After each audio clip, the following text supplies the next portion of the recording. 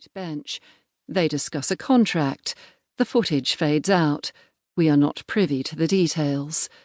It fades back in, and she takes a selfie. She's about to sign, but then she stops and says, "What am I doing with my life? What the fuck am I doing with my life?" She can back out at any stage, he says. They can rip the contract up. More fading in and out. We see her sign.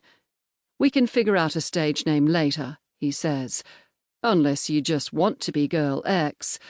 "I don't know," she says in a reluctant drawl. "I have no idea. I've never done this." Girl X's nervousness works to flatter Dean. It's a sign of her awe at meeting this huge, improbable star. But it also works to preempt any repercussions she may be fearing, to undermine what might be taken by Dean, by others, as exhibitionism, as asking, perhaps, for trouble. She is readying herself for exposure. Girl X is doing something geared toward the hungry gaze of others, something she imagines will excite and satisfy a spectator, including, perhaps, the one inside herself, the one who wants to watch herself having sex with Dean. But then she asks, "What am I doing with my life? What the fuck am I doing with my life?" I feel her imagining, too, the gaze of another kind of spectator, a sterner one, a censorious one. Both these spectators, the one egging her on and the one admonishing her, are most likely internalized within Girl X, as they are within many women, the spectator we are primed to satisfy, and the spectator whose disapproval and reprisal we are afraid to provoke. Girl X is reckoning with the spectators inside her head, and with the power of spectacle itself. She is the impulsive seeker after pleasure. She is also alienated, self-conscious, and inhibited. She veers between being unabashed and then wildly aware of the power imbalance between her and Dean. The stakes for her are high, and they make the decision to pursue her own desires immensely difficult to see through.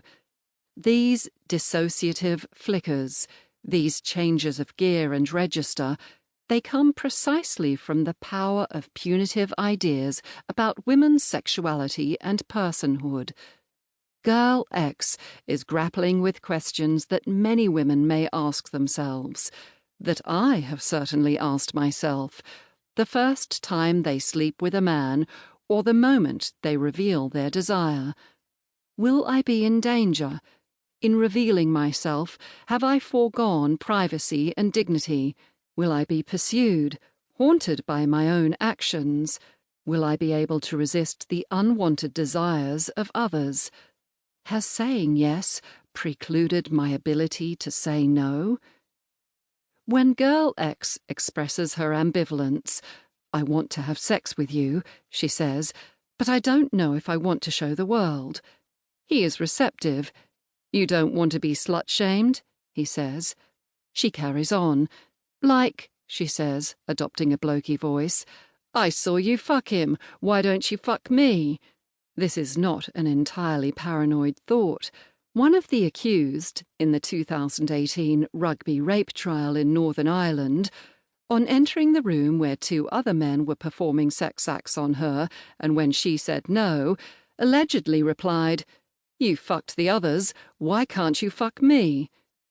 A woman's presumed desire, even just once, for one man, makes her vulnerable. Her desire disqualifies her from protection and from justice. Once a woman is thought to have said yes to something, she can say no to nothing. In the film, there are many moments of laughter, joy, and pleasure. It can be quite charming to watch. There's humour and playfulness and teasing.